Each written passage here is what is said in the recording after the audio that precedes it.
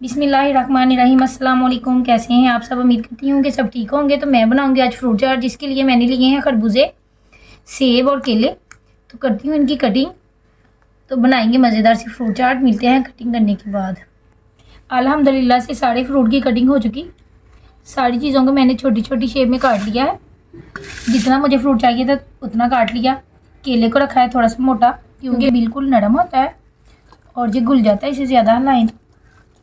डालते हैं बाउल में, मिक्स करेंगे हल्के हाथों से। डालेंगे किन्नू का जूस, जिसे मैंने फ्रीज़ किया हुआ था।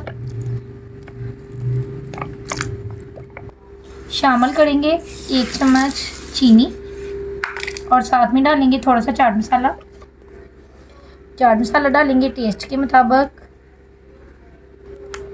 और माशाल्लाह बड़ी मज़ेदार फ्रूट चाट बनकर तैयार होगी। हिलाते हैं। माशाल्लाह से फ्रूट चाट की मिक्सिंग हो चुकी। इसे निकालते हैं एक बाउल में। बिस्मिल्लाहिर्रहमानिर्रहीम। अल्लाह ताला सबके खानों में, रिज़्क़ में बरकत अता फरमाए। तमाम मुसलमानों को 5 जाना वक्त की नमाज़ पढ़ने की तौफीक अता फरमाए, आमीन। अल्हम्दुलिल्लाह से जूसी सी फ्रूट चाट तैयार है।